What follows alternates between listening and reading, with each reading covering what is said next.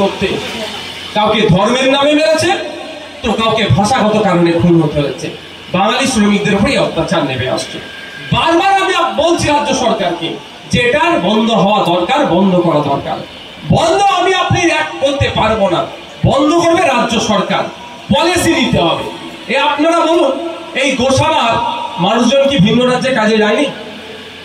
বাঙালি আজকে আমার কাছে অনেক কটা ফোন এসেছে, মন্দির বাজার বিভিন্ন জায়গা থেকে পুলিশ তাদেরকে তুলে নিয়ে গিয়েছে, বাঙালি বাংলাদেশি বলে অপরাধী বাংলা ভাষায় কথা বলেছে।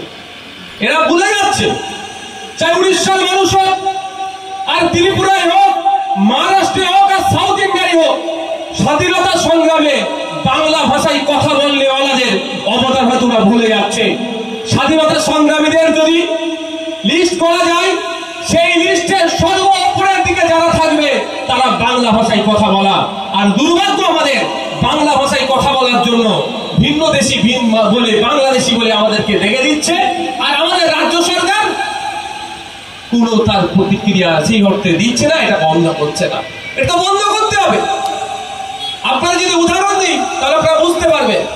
খাতায় কলমে সরকারি খাতায় যেটা আছে সেই তথ্যটা দিচ্ছি।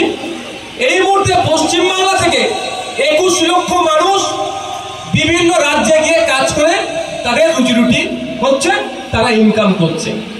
আর ঠিক উল্টো দিকে 2 কোটি বিভিন্ন রাজ্যের মানুষ আমাদের পশ্চিমবাংলায় এসে কাজ কাম করে ইনকাম করছে। আমাদের থেকে 21 লক্ষ গিয়েছে, ওই দিক থেকে 2 কোটি এসেছে। এখানে উড়িষ্যাতে রিসেন্ট খুব এই সমস্যাটা হচ্ছে। আর একটা কথা বলি, যে মুসলমান বলে শুধু ভিন্ন রাজ্যের মানুষকে ডিস্টার্ব করছে, এটা যেন ভুল, এটা যেন মাথায় রাখবেন না কেউ। উড়িষ্যায় দেখছিলাম গলায় যে কি কাঠি বলে মালা, তুলসী মালা দিয়ে আছেন এক ভদ্রলোক, সে ফেরি করে নিয়ে যাচ্ছে, ওখানকার লোকাল মানুষজন তাকেও বাংলায় কথা বলার জন্য তাকে তাড়িয়ে দিচ্ছে। শুধু তাই না, যাদেরকে তুলে নিয়ে গিয়ে ডিটেনশন ক্যাম্পে রাখার চেষ্টা করছে, যদিও আমি ছাড়াবার চেষ্টা করছি আমার ক্ষুদ্র ক্ষমতাতে, অনেককে বার করেছি, বাকিগুলোকে আশ্বস্ত করেছি কেউ চিন্তিত হবেন না, বাকিগুলোকে বার করবো আমি, প্রয়োজনে আইনি লড়াই করে হলেও বার করে নিয়ে আসবো। তো একটু টাইম আমাকে দিতে হবে, আমি মানুষটা ছোট, আমার ক্ষমতাও ছোট, আমি ধীরে ধীরে পারবো।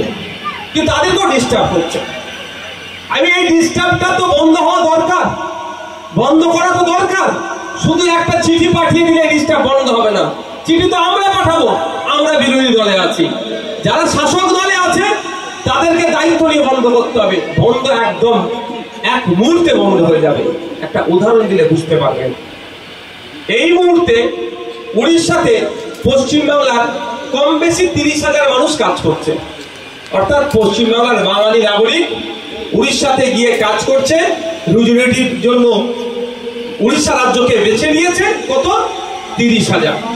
আর উড়িষ্যা থেকে 3 লাখের মধ্যে উড়িয়া সমাজের মানুষ, উড়িষ্যার মানুষ এসে পশ্চিমবাংলায় কলকাতায় কাজ করে, তারা রুজি রুটি হচ্ছে, তাদের পরিবারকে টাকা পাঠাচ্ছে, পরিবারও সুখে স্বাচ্ছন্দ্যে আছে। এইবার বলুন, যদি আমাদের 30,000কে উড়িষ্যার মানুষের সহ্য না হয়, তাহলে আমার মুখ্যমন্ত্রী একবার তো বলা দরকার ছিল উড়িষ্যার মুখ্যমন্ত্রীকে, যদি তুমি আমার 30,000কে সহ্য করতে না পারো তাহলে আমি ফেরত দিয়ে চলে আসবো 30,000কে, আর আপনার 3 লাখ এখানে আছে তাদেরকে কিন্তু আমি উড়িষ্যায় পাঠিয়ে দেবো। তাহলে অত্যাচার বন্ধ হলো, ওভারনাইট অত্যাচার বন্ধ হয়ে যেত। কিন্তু পাঠানোর বিপক্ষে আমি।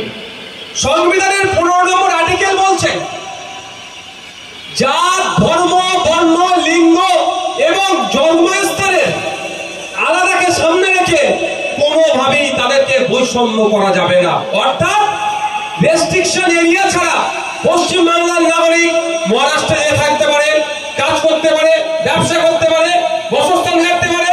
মহারাষ্ট্রের নাগরিক ভারতবর্ষের যে কোনো প্রান্ত গিয়ে বিচরণ করতে পারে।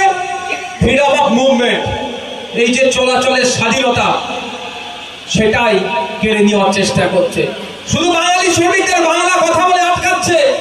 এটা বাঙালি বিদ্বেষী শুধু নয়, সংবিধানের একাধিক আর্টিকেলের উপরে আঘাত দিচ্ছে।